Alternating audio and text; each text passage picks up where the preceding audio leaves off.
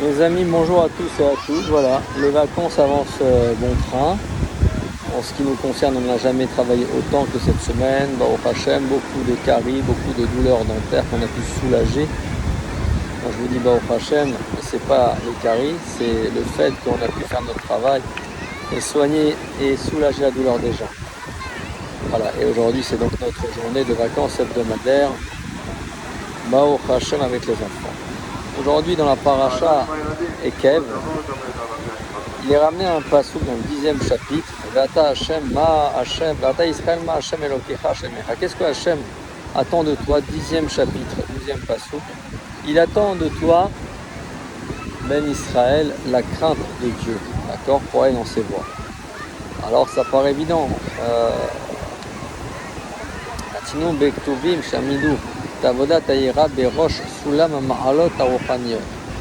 La Hirat Hashem, on dit, elle est en haut de l'échelle de l'intelligence, c'est-à-dire de la spiritualité. D'accord? Comme il est marqué dans Teilim, les psaumes, Reshit Rochma Hirat Hashem. La base de toute sagesse, c'est de croire, c'est la crainte de Dieu. Donc on imagine bien que l'un ne peut pas aller sans l'autre, comme a dit, pareil, ça c'est David Ameler, comme a dit aussi Shlomo dans Michelet, Trilat Chochma Hirat Hashem, la même chose, la même idée, presque les mêmes mots. Donc, ça veut dire qu'une personne, elle a besoin donc de compléter, de remplir sa personne avec la crainte, mais une crainte sincère. Et alors là, à ce moment-là, à quoi ça va servir cette personne? Elle va créer un ustensile, un réceptacle dans lequel elle pourra mettre toute sa sagesse. Mais cet ustensile, il s'appelle la crainte de Dieu, avant toute chose. Et là, dans cet ustensile, on pourra ensuite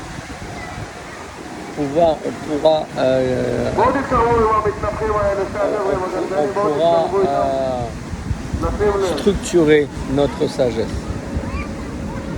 La Gemara Shabbat nous ramène l'histoire suivante. On dit que Rabbah, il dit que quand on va arriver là-haut, son homme, on va l'amener au dîn, on va lui poser plusieurs questions. Est-ce que Nasata Venatata, est-ce que tu as fait du commerce Bemouna, honnêtement? Est-ce que tu as fixé des heures pour l'étude? Est-ce que tu as prié pour la venue de la Yeshua, donc du Mashiach? Est-ce que tu as discuté avec des gens, mais avec Chochma, une poule? Est-ce que tu as compris les choses, parmi les choses? Est-ce que donc tu as eu une compréhension d'avar, mitor d'avar? Et bien on va dire pour autant que malgré tout, si tu as fait tout ça, si jamais tu n'as pas pensé à avoir la crainte de Dieu, et bien tu n'as pas créé donc l'ustensile qui t'aurait permis vraiment d'avoir la chorma telle que l'attend de nous Hachem. Et donc plus que ça, toujours dans la nuance les amis, une personne on dit qui aurait étudié toute la Torah, on connaît même des goïms, m'avait dit mon Rav, on connaît des goïms qui ont été séduits par le Talmud, qui l'ont étudié entièrement, 2700 pages. Et qu'est-ce que ça représente? C'est quoi le Talmud? C'est une simple base spirituelle, ou alors c'est un élan à donner à Hachem, c'est à quel Boraïta ou Barait Alma.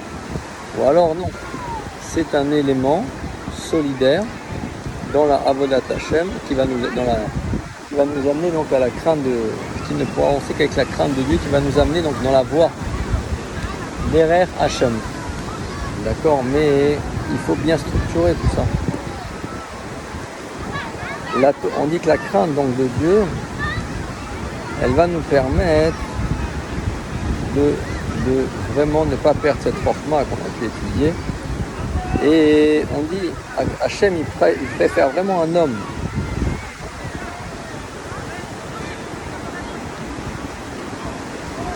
qui a bien étudié ce qu'on appelle Birat Shamaim, qu'un homme qui aurait étudié forcément sans Hirat Shamaim. Ça veut dire, même s'il y a une étude, même si le comportement a l'air structuré de la personne, il nous dit, écoutez bien dans la nuance, c'est qu'on parle de Ta'arovet Hirat Shamaim au quotidien. La personne, au quotidien, elle doit s'imprégner, vivre avec en elle cette Yirat Shamayim. D'accord? Le Fesh HaChaim nous explique la chose suivante. On ne parle pas d'une personne, donc on voit un peu plus dans la nuance qui nous rappelle que de Yirat Shamayim. On parle d'une personne qui a un petit peu d'Yirat Shamayim, ça veut dire quoi? Il étudie la Torah, il a appris, donc il a appris aussi les Yirat Shamayim, la crainte du ciel, d'accord? Il a quand même une certaine crainte, mais cet homme, il n'est pas pour autant dans la catégorie de ce qu'on appelle Iré Hashem, d'accord? Il lui manque quand même le chomer, la base qui va venir être le support pour la crainte. Cette crainte va être le support pour la vraie chorma structurée, la sagesse. Un homme, il peut avoir donc il peut avoir des hauts et des bas dans sa vie, aliyot veyeridot.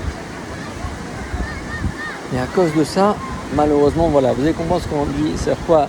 Il rêve, être Yirat Hashamayim, il rêve avec un, il ne sait pas qu'il rêve, hein.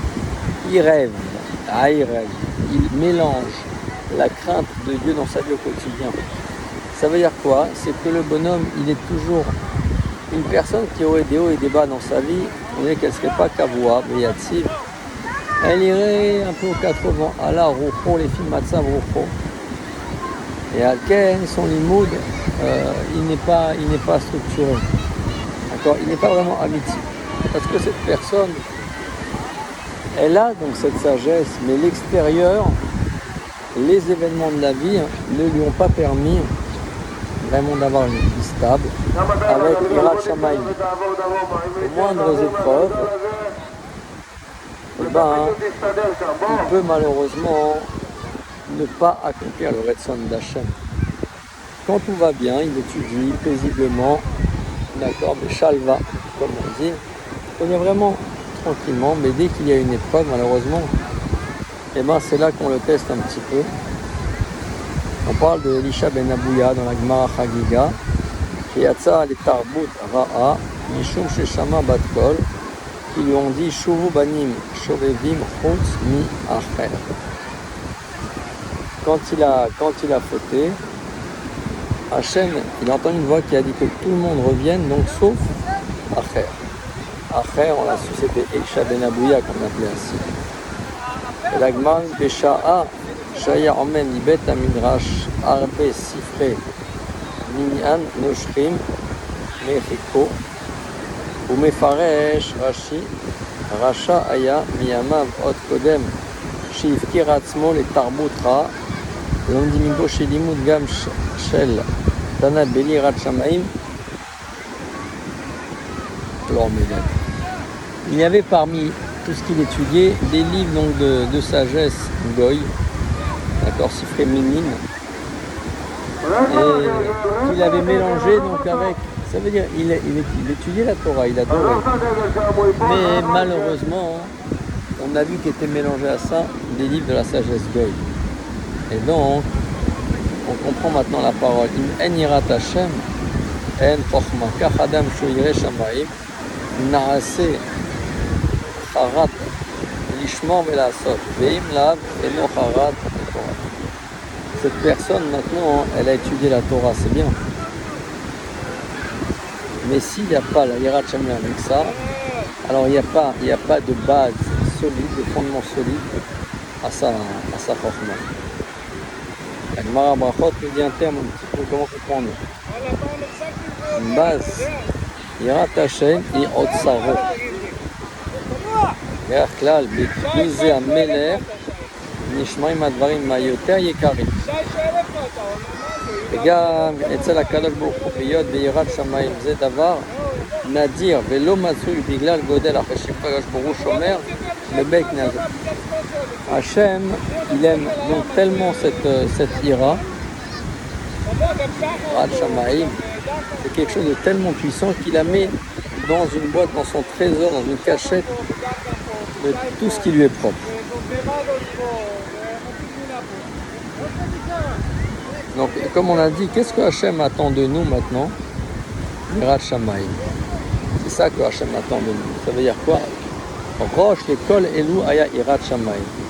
C'est-à-dire qu'une personne va comprendre que la base maintenant dans ce monde, ce qu'attend de nous Hachem, c'est pas juste s'asseoir au Beth Midrash, c'est pas même plus que ça.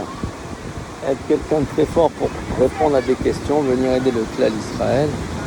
Donc maintenant, on va lui poser des shélotes de halakha, des questions, comment on doit faire. J'ai mis du lait dans ma casserole qui était réservée à de la viande il y a 24 heures.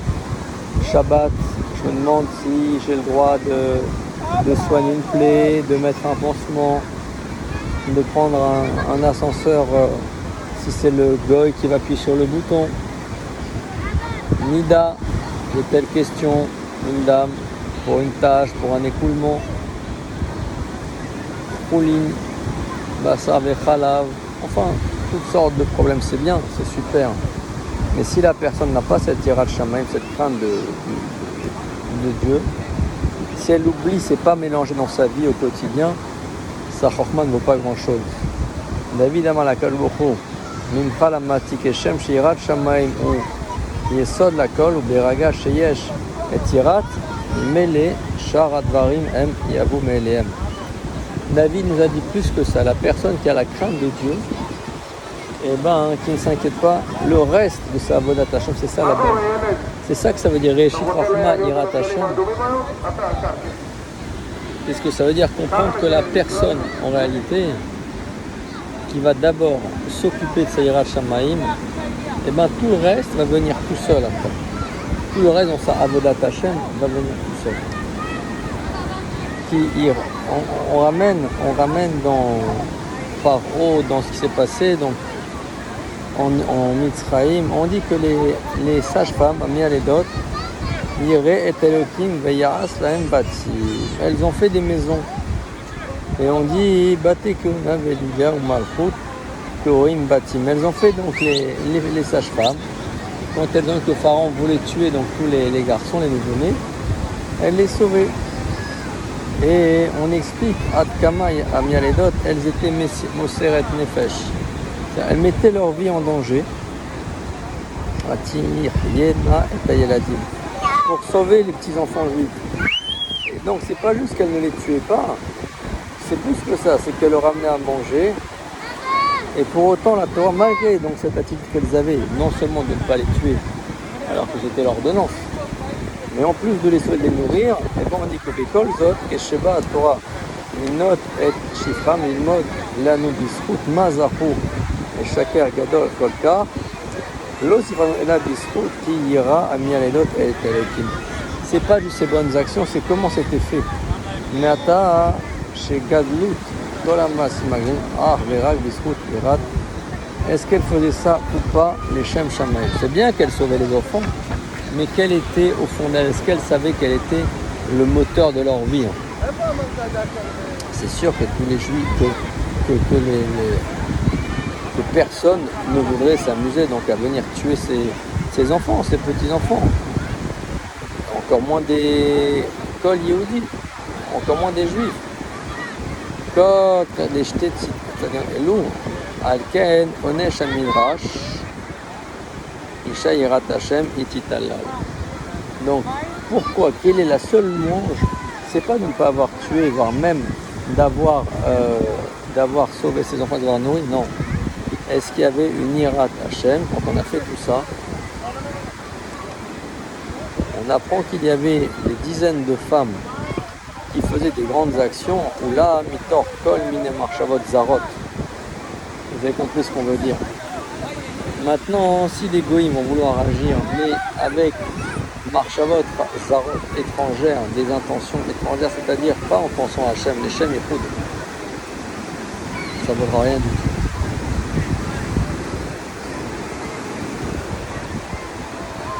Donc là-dedans, on dit, il est demandé donc chez Iten Lahem, il est très important, Aïtsa Be'avodat Hashem. On doit prier à Hashem, c'est bien que tu donnes une Hatzlacha à Hashem pour faire de bonnes actions, pour bien agir, pour comprendre la Torah, pour aider un peu. Mais attention, on doit demander à Hashem quelque chose de très très important. Aïtsa Be'avodat Hashem, c'est la crainte, Yirat Shammai, la crainte de Dieu dans tout ce qu'on fait. Alors, Tatzadikim Asher Olchim Lifnei Elokim, ou Kesheyasim Adam El Libo, chez Amelech Hagar Akashbour Asher Omed Allah Beroe B'Masad. Ne pas oublier en permanence qui est devant nous, Hachem. D'accord?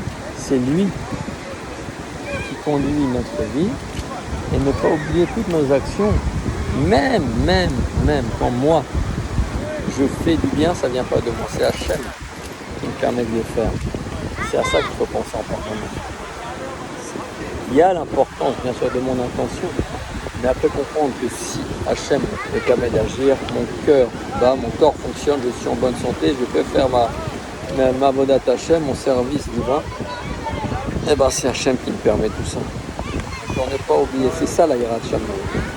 Moi j'agis, mais j'oublie pas que même dans mes actions, tout ce que je fais, même si je crois que c'est moi qui l'ai fait, c'est pas moi.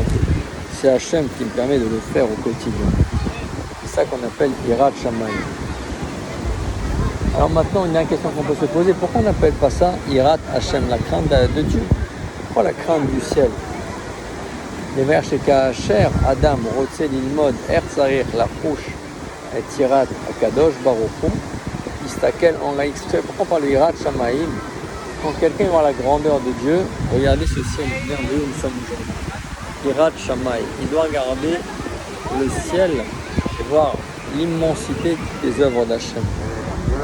Rav Moshe Feinstein, Ralacham, Kadosh Livracha, disait que le fait d'aller en vacances à la montagne, pour certains à la plage d'ailleurs, de voir l'immensité des paysages qui nous entouraient permettait d'acquérir aussi une Yirat Shammai. C'est pour ça qu'on parle de Yirat Shammai. Regardez le ciel.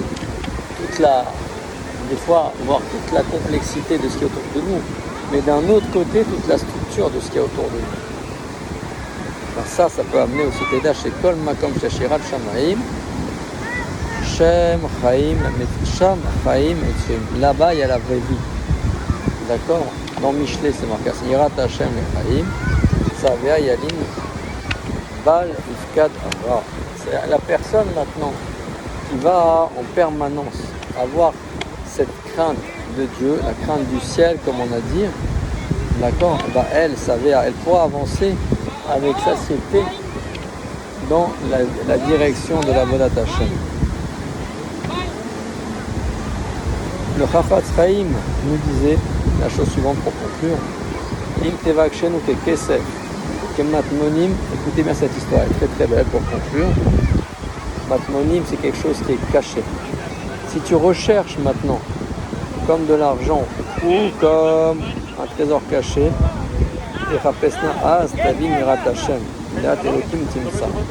comme c'est marqué dans Michelet. Comment il faut comprendre ça?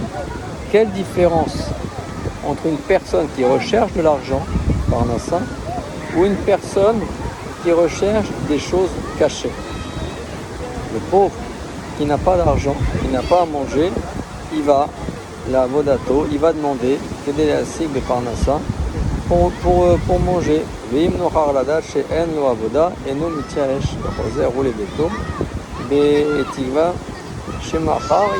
Il a confiance. Il a pas eu aujourd'hui, donc dans son avoda, de quoi manger, il a confiance que demain il y aura.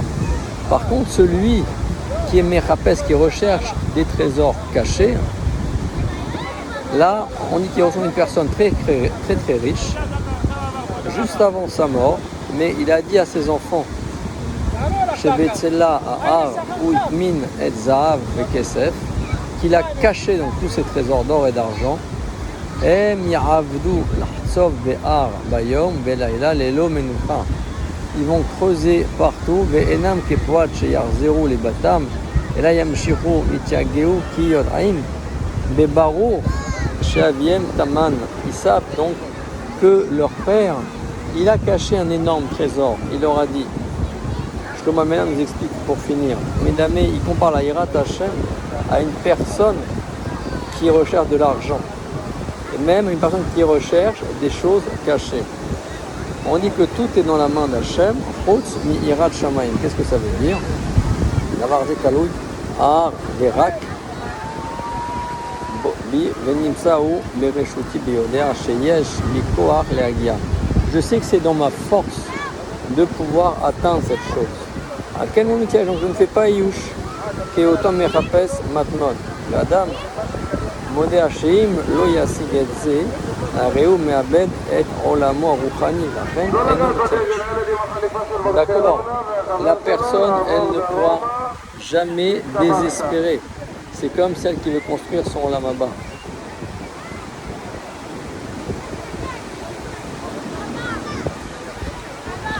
Alors juste pour finir en deux lignes, en deux mots les amis, donc quelle est maintenant qu'on a compris cette importance de la crainte de Dieu en parallèle à la chorma, à la sagesse, comment arriver à cette crainte de Dieu? Alors ça c'est la dernière question, Shlomo Meler qui nous explique dans Mishlei. Arzek bemusar al teref mitzrea ki i chayecha. Davar amobil et adam le chaim amitim. Qu'est-ce qui va nous permettre d'arriver à ça les amis? C'est d'étudier le moussar. Le moussar pourrait être traduit la morale juive. Quand un homme il réfléchit sur sa personne et il voit tout ce que lui a fait Hachem, surtout c'est ça qui va lui amener la hiérarchie et la grandeur de la koucha, de la sainteté d'Hachem. Donc la personne, elle à ce moment-là, ça c'est la lettre du Ramban qu'on a déjà vu ensemble. Cette personne à ce moment-là, si elle étudie le moussar, si elle voit tout ce qui l'amène Hachem, avoir Akarat Atov, remercier ce que nous envoie Hachem, et bien là il aura de lui-même la crainte de Dieu et la peur donc de fauter. Voilà les amis, un merveilleux paysage sur lequel nous allons couper. Je souhaite un très très bon Shabbat. Pour ceux qui sont partis en vacances, que ça se passe bien, aussi bien à la montagne que à la plage. Pour ceux qui vont voyager à Los Angeles, donnez des shiurim. On leur souhaite un bon voyage, que leur Torah continue d'être diffusée. Et on vous dit à tous à très très bientôt. Profitez bien de vos vacances, sans oublier au quotidien une petite étude au minimum. Allez les amis, Shabbat Shalom.